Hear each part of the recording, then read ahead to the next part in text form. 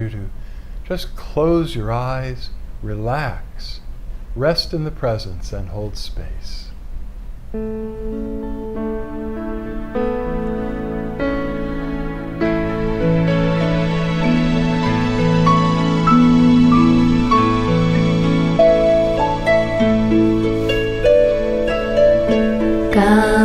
Ganganapataye namo namaha.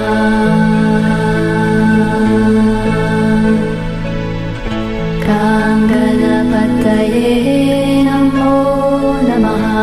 Ganganapataye namo namaha.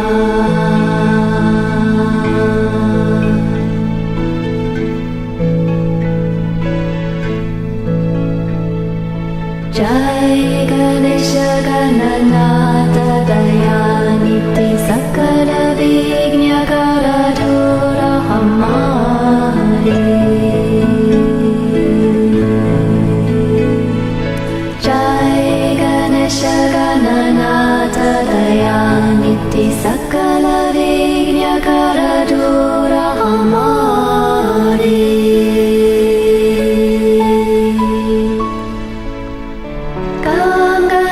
Ganganapataye namo namaha. Ganganapataye namo namaha. Ganganapataye namo namaha. Ganganapataye namo namaha. Ganganapataye namo namaha. Ganganapataye namo namaha. Omega Dantaya Vidmahi Vakrajundaya Dhimahi Tanno Danti Prachodayat. Ganganapataye namo namaha. Ganganapataye namo namaha. Ganganapataye namo namaha. Ganganapataye namo namaha. Ganganapataye namo namaha. Ganganapataye namo namaha. Ganganapataye namo namaha. Ganganapataye, Ganganapataye namo namaha. Jai Ganesha Gananata Dayaniti Sakala Vignya Karadura Hamari. Jai Ganesha Gananata Dayaniti Sakala Vignya Karadura Hamari.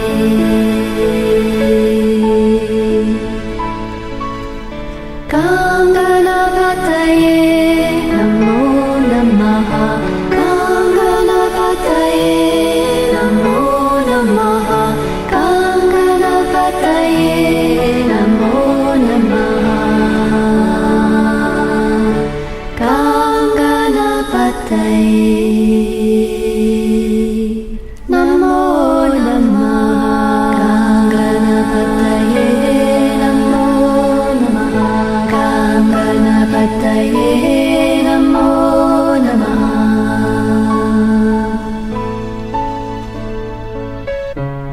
Om Agratundaya Mahakaya Surya Koti Samaprabha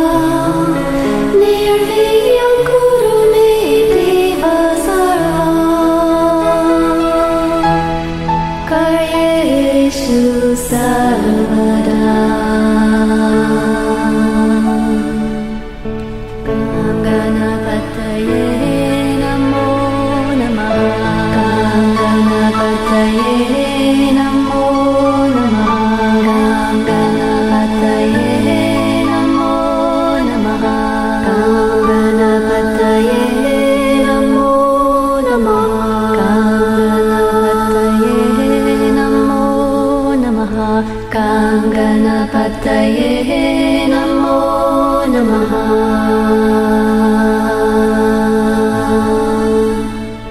Gam Ganapataye Namo Namaha. Gam Ganapataye Namo Namaha.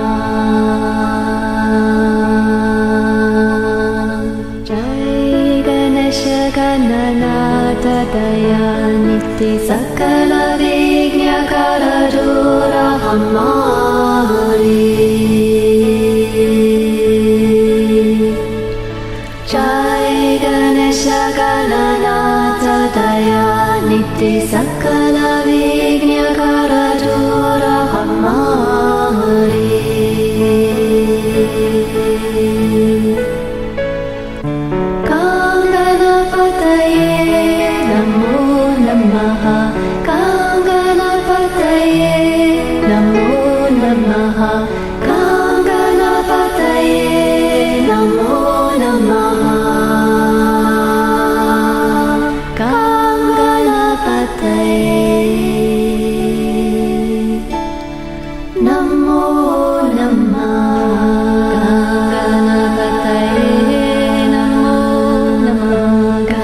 Ganapataye Namo Namaha.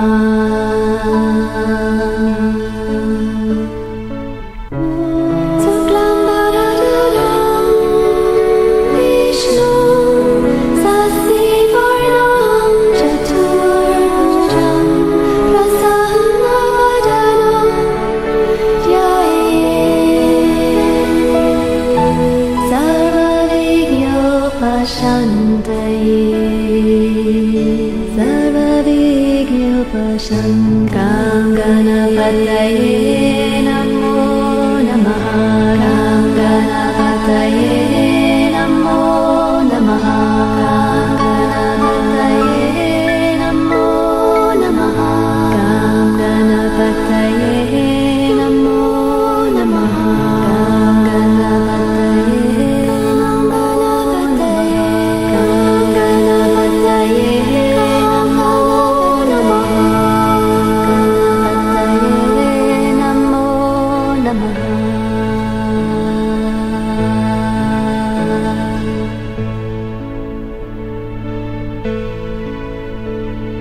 Jai Ganesha Gananata Dayaniti Sakala Vignya Karadura Hamari.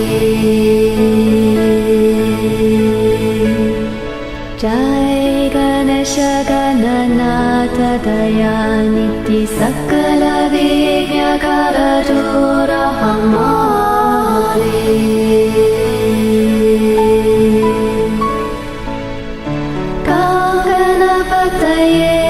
Namo Namaha.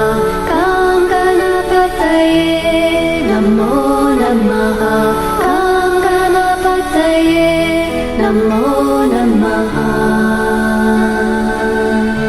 Gam Ganapataye Namo Namaha.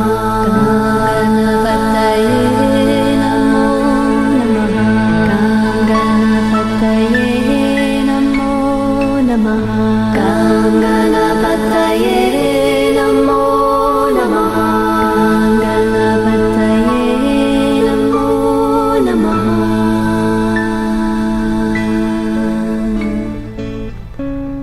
Om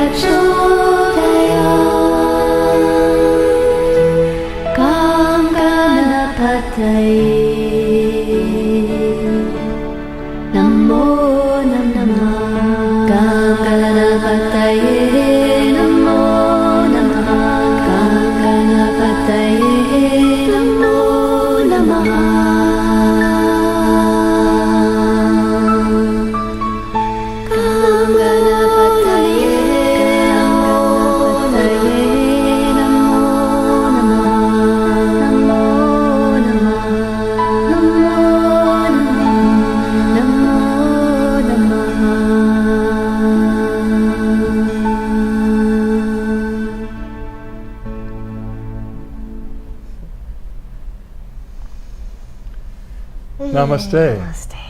Welcome to our weekly online Satsang. Satsang being a Sanskrit word that means community of truth. Wherever two or more people on the path of awakening, transformation, and oneness with the divine join together to share their presence, their journeys, their challenges, we have a Satsang. We could just call it a spiritual community, but sounds much fancier when we call it a Satsang. Anyway, we're glad you're here.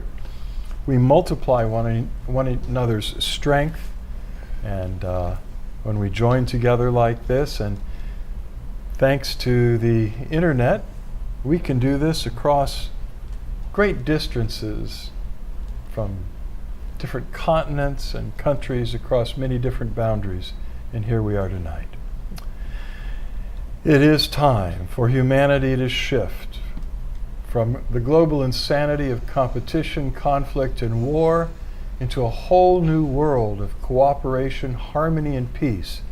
This will come about not through a political or a philosophical or a religious movement, but through the awakening of the human heart into oneness with the divine and oneness with one another and with all that exists. This comes about one person at a time, until we reach a critical mass one day where the entire collective consciousness shifts. Between now and then, every single one of us who says yes to the journey of awakening, we have a huge part to play, and we're so glad that you've consented to the divine presence to awaken your heart and transform you in union with the divine and with all that is. So please join us throughout this live stream webcast in sharing the Flowering Heart Blessing, a direct transmission of divine grace, love, light, awakened consciousness, which catalyzes the awakening and flowering of the heart in the receivers. Once you've received this blessing, and you're soaking in it right now, so if you feel the presence, you feel the grace, then all you need to do is give your consent to the divine and ask the divine to use you as an instrument, a vessel of grace. You don't need to know what you're doing at all. Just invite the divine, and as I said, when you've received just one of these blessings, which you are right now, you're fully initiated and activated to invite the divine to pour this blessing through you to others at a distance, as we're doing now through intention, or in person, where through touch, through lightly touching the top of a person's head with your hands, with their informed consent, the Flowering Heart Blessing will flow to them and begin to catalyze that process of awakening and transformation. So glad you're here. We're also holding an intent for the many, many people that watch these video satsangs between one Monday night and the next. Many, many times more people will be watching this satsang that we're participating in tonight over the next 6 days. So hold them in your intentions as well, in spirit. And the Flowering Heart Blessing, sometimes we talk about blessing as being energy, but energy is one thing and spirit is another. Energy travels through time and space and has a frequency. Spirit is everywhere, totally, simultaneously. So when we send a blessing to someone on the other side of the planet, they receive it just like that. Whereas if we were sending energy, a prana or chi, it would take, well, we probably wouldn't be strong enough to send it all the way around the planet. But even if we were, it would take time for it to travel. Spirit is instantaneous. So anyone who watches one of these video recordings a year from now or 10 years from now will feel exactly the same presence and grace that we feel here tonight. Any announcements? No, except for if you haven't watched the replay of the communion with the Cosmic Christ yesterday, it was really worthwhile, your time and your spirit and uplifting you and something to chew on. Well, it's called Surrendering to the Will of God, which is a really important subject that we talk about a lot. But there are actual instructions and processes that we can engage in that would help us. It's a challenge. Surrendering to the will of God, subtitled, "The Spirit is willing, but the flesh is weak." And that pretty well sums it up. But people said it was a life-changing teaching. So I know it felt that way when I was meditating on it and putting it together. So if you haven't watched it, we would encourage you to do so. At this point, we like to open it to questions and answers on the spiritual journey. The best questions are generated by your own experience of your own path and your own practice, but it could be anything where you'd like some more insight and clarity about spirituality and the spiritual path. Just ask inside your heart, is there something I might bring up tonight that would be catalytic for the satsang community? And then please do.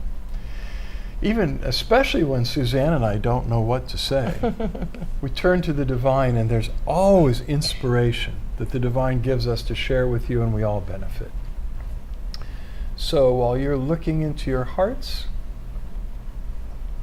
I'm going to share, as I do most weeks, some quotes from inspiringquotes.com, a website where a number of artists write brief articles on relevant topics and then share lists of quotes from inspirational people throughout history that kind of illuminate that particular subject. Tonight we're going to be reading 12 quotes for dealing with disappointment. And I guess not surprisingly, the author again this week is Joyce Chen. We seem to have a special kind of feeling for a lot of the articles that Joyce writes. Joyce is a writer, editor, and community builder based in Seattle, Washington. And so thank you again, Joyce, for this inspiration tonight. So here's what Joyce writes. Disappointment is an inevitable part of life. Perhaps we didn't get that work promotion we were hoping for, or someone we thought we could trust let us down, or an expensive purchase turned out to be less impressive than we hoped. Whatever the situation, dashed hopes can feel anything from annoying to devastating. Which is not to say that wallowing in disappointment is the only way to deal with its heavy weight. Rather, another important part of life's learning how to better deal with these blows and bounce back. Whether this looks like learning a lesson, adjusting expectations, or deciding not to place too much emphasis on something in the first place. One helpful way to cope with a letdown is to lean on the wisdom of others who have been there before and persevered. Time and perspective can help us to see a situation in a different, softer light. And remember that when one door closes, another one opens. The other lesser-known portion of that quote by Alexander Graham Bell is just as important to keep in mind. Quote, "But we so often look so long and so regretfully upon the closed door that we do not see the ones which open for us." These 12 quotes are reminders of all the doors that are available to us in any given situation. We just have to remember to look around. We must accept finite disappointment, but never lose infinite hope. Martin Luther King Jr.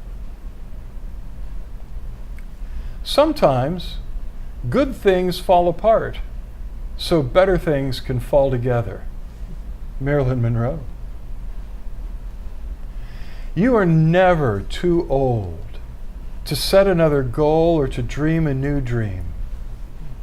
Les Brown. Our greatest weakness lies in giving up. The most certain way to succeed is always to try just one more time. Thomas Edison.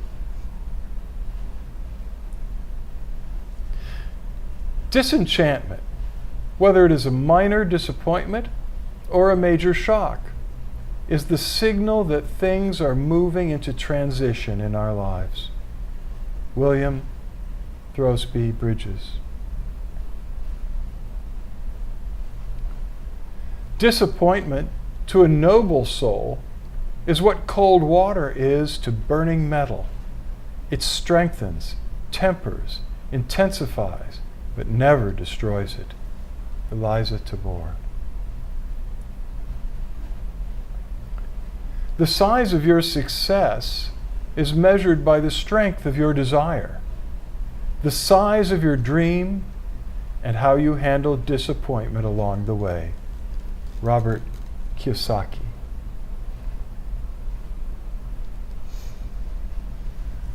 We must all suffer one of two things: the pain of discipline or the pain of regret or disappointment. Jim Rohn. A smooth sea never made a skilled sailor. Franklin D. Roosevelt. Disappointment, when it involves neither shame nor loss, is as good as success, for it supplies as many images to the mind and as many topics to the tongue. Samuel Johnson.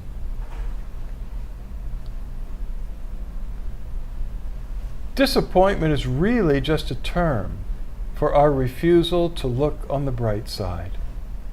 Rochelle E. Goodrich.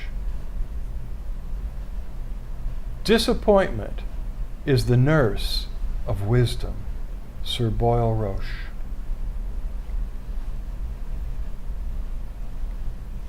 I read today, they always talk about Edison because he took 10,000 attempts to create a successful light bulb, and he had 9,999 opportunities to give up. But I was reading today that Dyson, the guy who invented the Dyson vacuum cleaner, failed with 5,126 prototypes, and he succeeded on the 5,127th. Wow.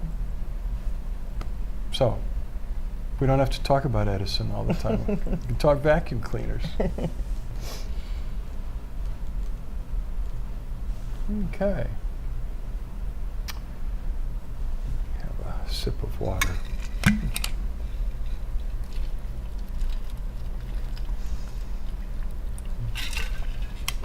Stacy writes, what has been your experience with fasting? I know spiritual adepts, from Jesus to the Siddhas, practice it. I must admit, I have great gustorial attachments, but I'm sometimes wistful for what I may be missing out on spiritually. And then she writes, you may have answered the question to an extent with the quote about discipline versus regret.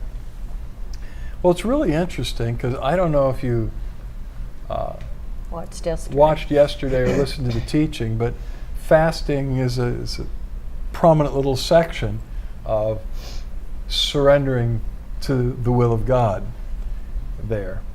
And there's a lot to say about fasting, actually. Jesus, for instance, and I didn't mention this yesterday, the religious leaders of the Jews condemned him because they said his disciples were partying all the time. They were feasting, and drinking wedding wine and just having a jolly good time. And he said they don't fast like our disciples do. And Jesus' answer was, when they fast. And he said it to them, when you fast, to his disciples, don't look gloomy, don't look sad. Anoint your face with oil, with fragrance, and put a smile on your face and radiate joy.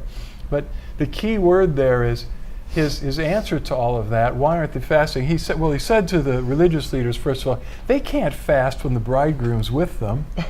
This is party time. But there's a time coming where I will be taken away, and then they will fast. And then he told them, when you fast, not if you fast, when you fast. So it was just understood that fasting was part of the spiritual way of life that Jesus was teaching his disciples. Jesus himself began his public ministry after 40 days of fasting in the wilderness. It's not uncommon for great spiritually empowered ministries, missions, to begin with a lengthy fast that God has called these people to. Moses is a great example. Moses began his big ministry with the children of Israel with a 40-day fast where he drank no water, which, I mean, even going without food for 40 days is huge. I know several people who have done it. All of them were involved in spiritual ministry. All of them were seeking a particular breakthrough, and they got it. And everyone I know that did a 40-day fast came out of it with powerful spiritual gifts operating through them, just ongoing through their lives and ministries. That still didn't get me to do it. I think I've done 21 days, which is still a long time. The body starts to go into starvation by be somewhere between 21 days and 40 days. That's just food. We can't do without water for like more than 3 days. I mean, water is essential. So for Moses or Jesus to be in the desert without water or food for 40 days is an absolute miracle. So what's happening there? What's happening is that the individual who's doing that, first of all, we're talking about not a fast for physical detox or health. It's very healing to fast for physical detoxing for health reasons. But we're talking about a spiritually consecrated fast where you are setting your heart to have some kind of breakthrough, some kind of insight, some kind of outpouring of the Spirit in your life from God.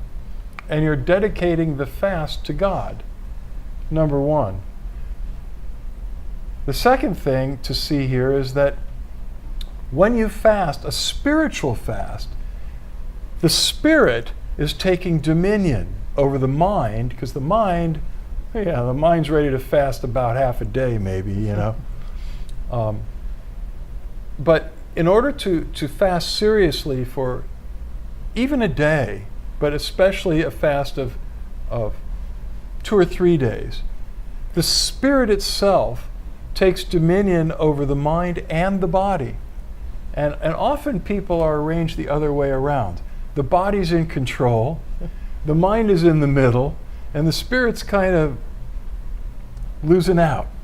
So whenever you're in a place in your life where it makes sense for your spiritual dimension to ascend above the mind, which is important, that's where all the thoughts and emotions and ideas are there. But sometimes we need to, I'm sure everyone agrees, get out of the mind. And one of the key ways to do that is to fast. The body as well. If you want to break the grip of your body and your physical appetites, whether it's for food or for some addiction or just some indulgence where your body has a grip on you, if you fast for a day or 2 or 3, it will go a long way toward breaking the grip of the body and the mind and giving your spirit ascendancy. Because you've consecrated this fast to God, God is pouring strength into your spirit, and the Spirit is pouring strength into the mind and the body to keep going because there's no food to do it. So that in itself recommends fasting, and it's done in all traditions. I mean, certainly in India, the sadhus fast a lot, but in all the great spiritual traditions and mystical traditions, fasting is a powerful spiritual tool. Want to add anything to that? Just the last several years, we've been doing what they call intermittent fasting, where we'll eat our meal late afternoon, and we might nibble a little bit. We're not depriving ourselves. If we get a little bit hungry in the evening or whatever, we might snack on something, but then we don't eat again until, almost 24 hours later. So more than 24 hours later. And it feels really good. It's like, for me, it's been breaking up of programs and patterns. You have to eat this kind of food this many times a day, and these portions and that portion, and this many calories, and this ratio of fats and proteins, and all this stuff. It's since we went vegan, it's been more of what does my body need, and it's not so much what do I want.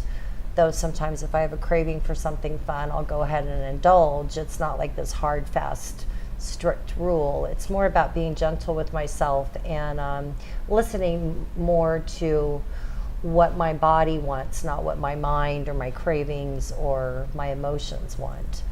And it's been working really well. I would call a vegan diet a partial fast.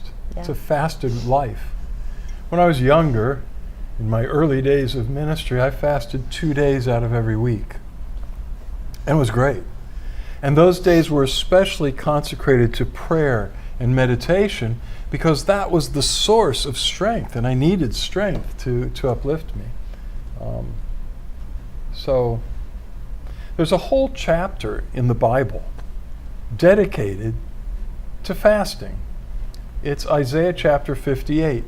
And it begins with God telling Isaiah, I want you to teach my people about this. Tell them why they're fasting and it isn't working and they're not getting my attention. And then he proceeds to tell Isaiah, here's how I want them to fast. And he said, first of all, fast pointing the finger and criticizing people. Stop judgment. Fast judging and criticizing. Wow, I mean, who would have thought of that? That was the first thing on God's mind, not giving up food. And he said, and when you fast, just sort of abstain from unnecessary labor and distraction. Let it really be focused on your spirit ascending. And also share that leniency with the people who work for you, the people around you, like relieve as much of their burdens as you can. And he said, and take the food you don't eat and give it to the poor. Give it to the hungry. Those are just, I mean, of course, but who would think fast criticism, fast unnecessary labor, and give the food away? Don't just not eat it and wait, just keep it in the refrigerator for as soon as you break the fast, now I'll eat the ice cream, it's like, so, and he said, if you do this, I will open a fountain of the anointing of living waters within you that will give you clarity and insight that will never deceive you and will never fail. And you will be a repairer of the breach. Breaches are holes in walls or in doors that are letting things escape and negative things come in. You will be a restorer of the breach and a repairer of the paths to dwell in, to walk in.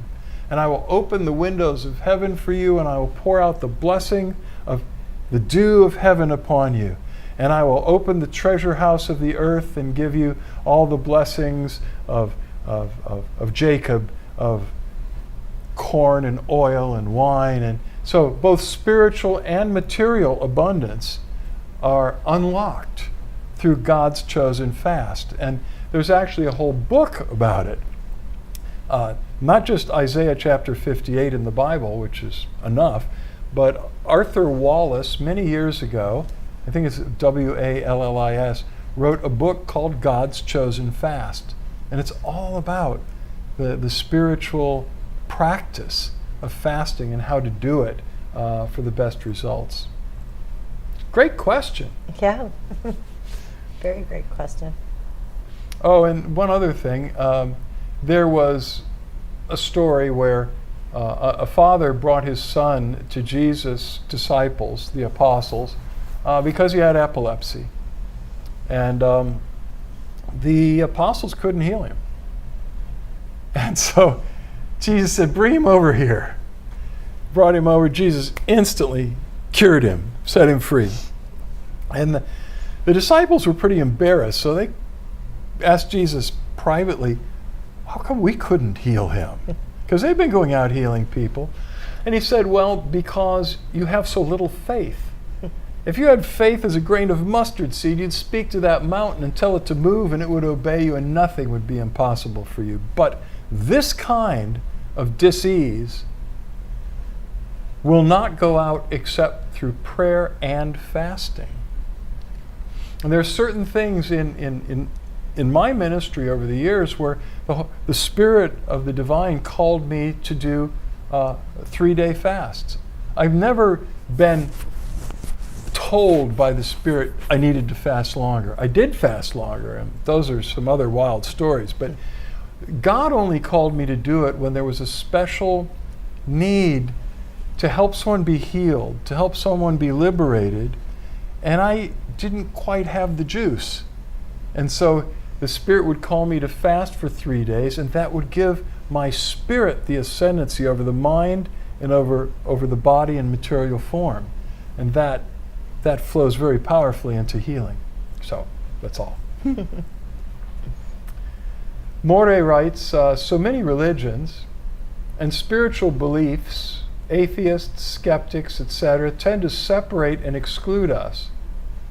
But if a person respects the ethical principles, we can reconcile, reach agreements, and live together as humanity.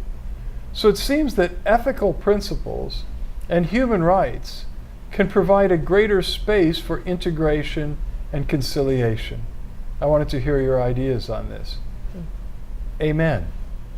That's what I think about it. I mean, Mahatma Gandhi said that the foundation of spirituality was morality and of awakening.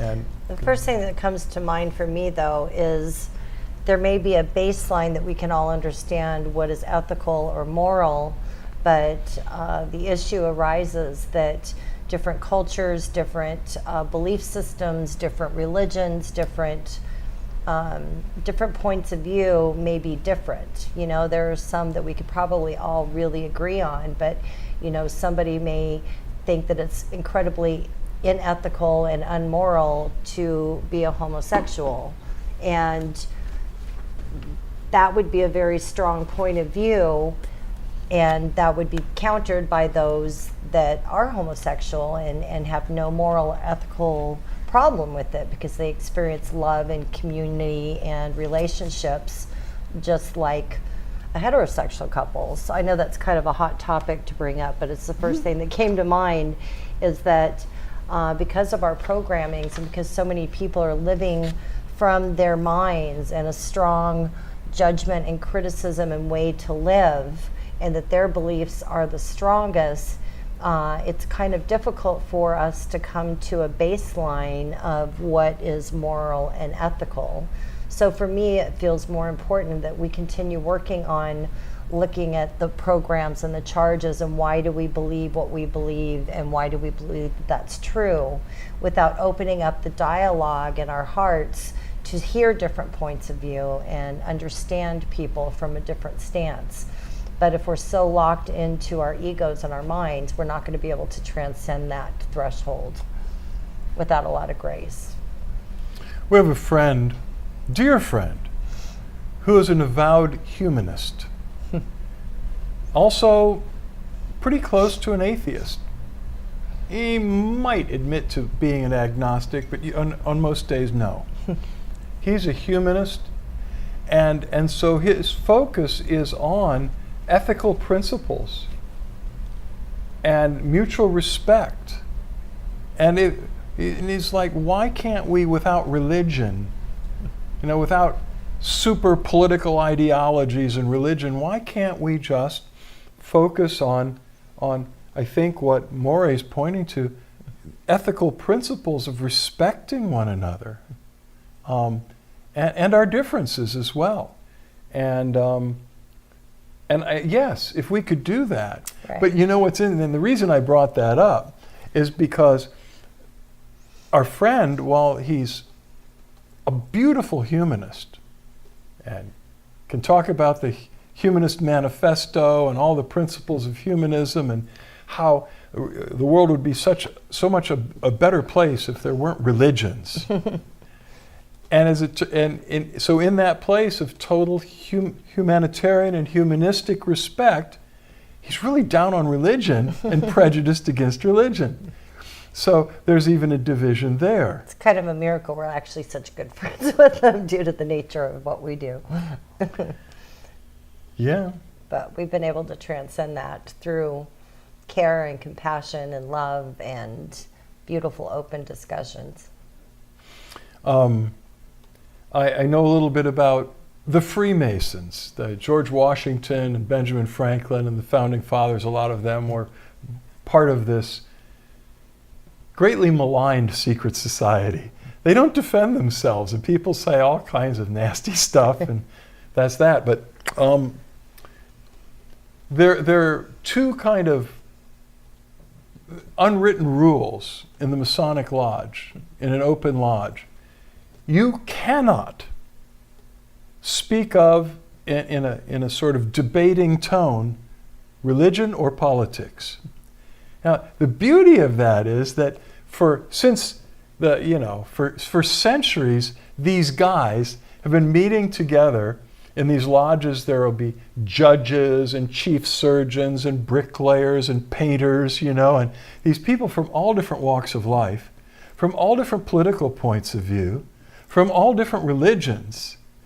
And because they accept each other with this principle of equality, meeting on the level and being upright with one another, and they refuse to discuss religion or politics. Spirituality, okay, sure. How we should be free from tyranny and all that, yeah, but no politics and no religion. And they've been doing that for centuries, and there's still these places, however you feel about them, where people from so many different walks of life and points of view can meet together as friends.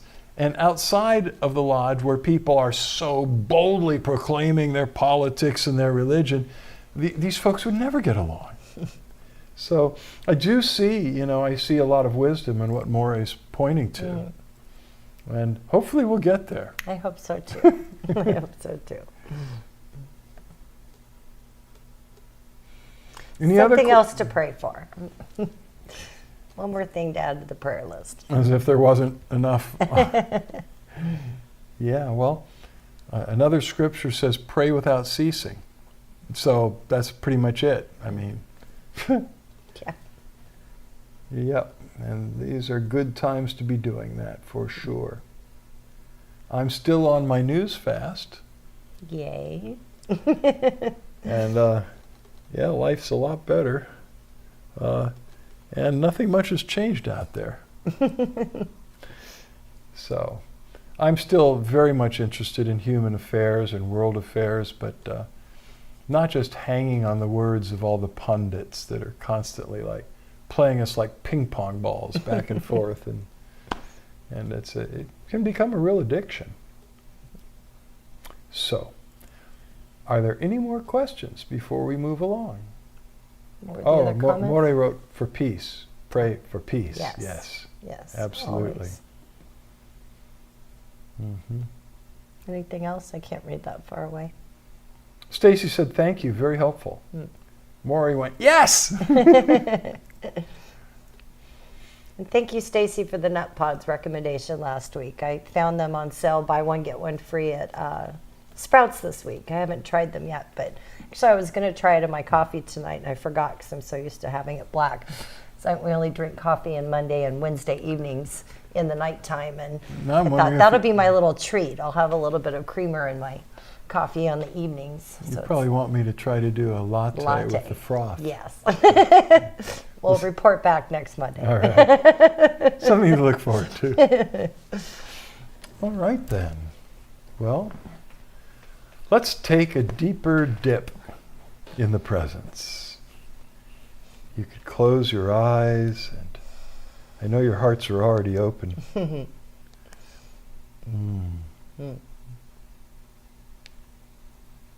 And just invite the divine presence who dwells within you in all of its fullness. I know it's a real paradox. How could God dwell in you fully, the fullness of the Godhead dwell within you, and also dwell in me, and also dwell in Suzanne? The truth is, Everything you're seeking is already within you. The entire universe is inside of you. We live, most of us, in a mirror world, a reflection. The outer world is merely a reflection of the inner world. And if you go deep, deep, deep into the center of your being, there is the celestial sun, the radiant source of all being. Call it God, call it what you will. This is the supreme being from which all that exists emanates.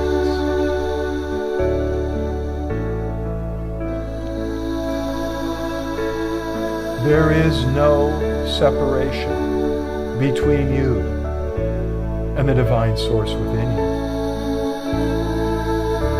That's an illusion of the mind, caused by many things, but largely because of wrong teaching and wrong beliefs. The divine presence within you wants to melt away the illusion that makes us feel distance from the divine, separation from the divine, or from anyone or anything else. There is one supreme being, and all of us derive our being from that. There is one supreme consciousness in the universe. And we are all expressions of that one consciousness. We all share one consciousness together. Only the mind causes us to feel separate in our minds. In truth, there is one heart, one love, one being, one awareness at the center of it all. And it loves you unconditionally just as you are, with all of your faults and quirks. This presence knows every mistake you're ever going to make in the future too, and loves you anyway, just the way you are, and wants to help. First of all, by flooding your spirit, your heart, with light, divine life, love, an unspeakable peace, inner peace. So just receive that. It's a gift. Drink in the light, drink in the peace, drink in the love.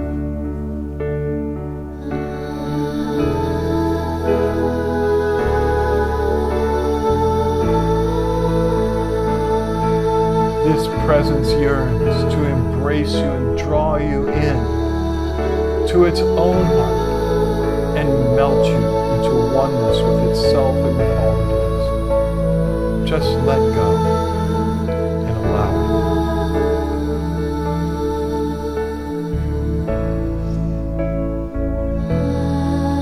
it. It will shine out through your heart into the world of your mind and your emotions and dissolve all of the wrong thinking, all of the negative emotions and programming, and replace it with divinely inspired ideas and feelings and plans. Just receive it. There's nothing you need to do. The divine knows what you need. Just receive it. It will shine out into your physical body and melt away the dis-ease and the energy blocks in your physical body and flood you with divine health. Out into your relationships to heal them and set them in order. Through your life out into the world, making you a lighthouse to the world around you. Just relax, rest, let go, and receive.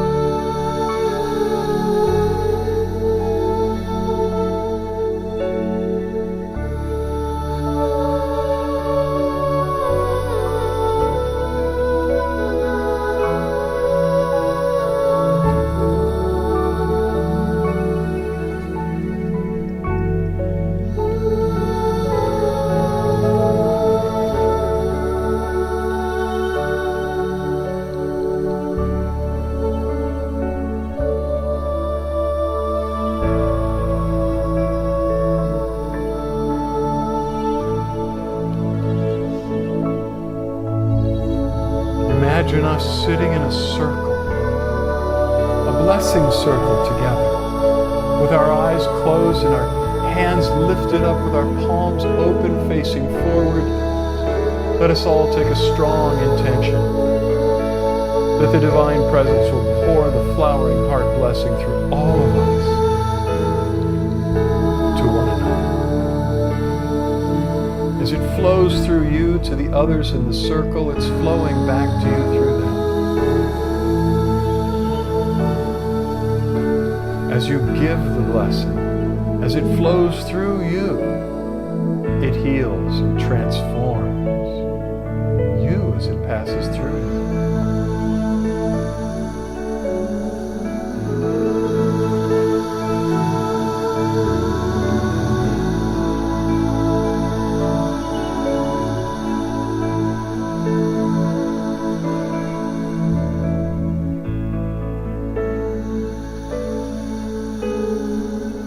Picture the earth in the middle of our circle. Beautiful blue planet Earth with 8 billion some little points of light, which are the hearts of all of the human beings on Earth.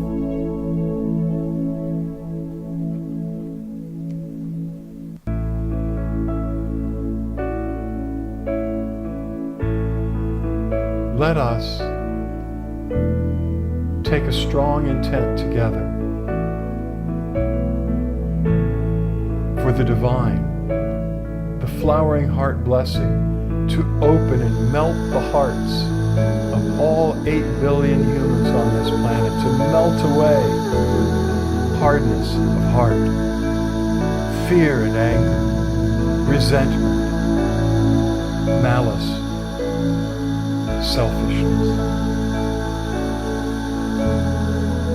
See all those points of light glowing brighter and brighter and brighter as unconditional, selfless love kindles brighter and brighter within the hearts of all humans.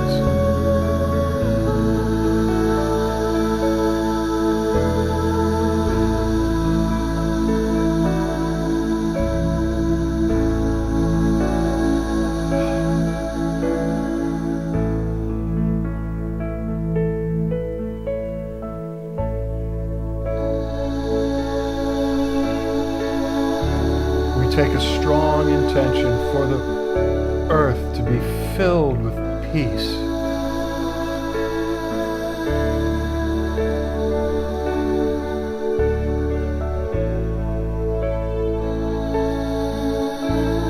Melting away the conflict and the violence, flooding the earth with peace that passes all understanding.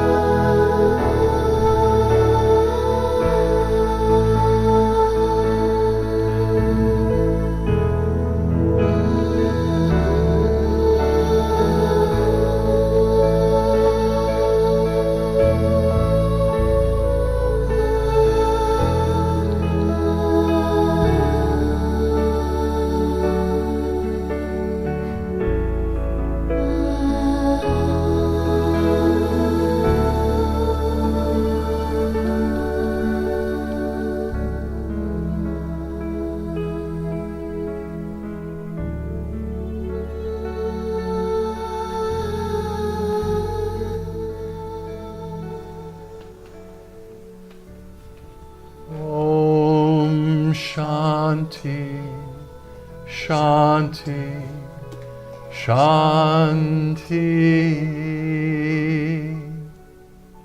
which means peace, peace, peace. Now you can relax your hands, rest them somewhere in your lap. And when you're ready, open your eyes. Begin to make direct eye contact with Suzanne and or me. Just keep looking at least one of our eyes.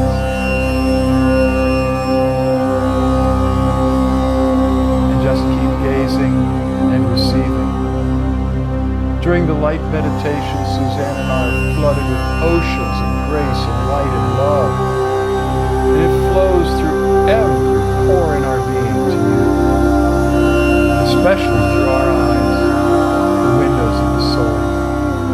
The light streams out through our eyes into your eyes, into your heart of hearts, where the fires of divine love and the light of spiritual awakening burn brighter and brighter and brighter. Just receive and allow. There's nothing for you to do but keep looking, relax and receive.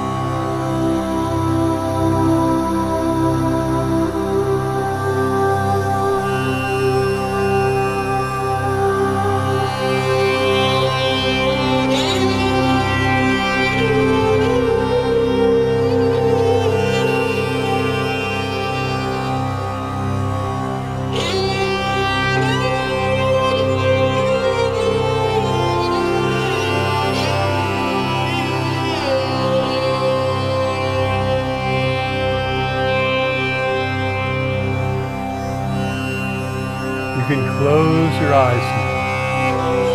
Meditate with us for a few more moments as the grace settles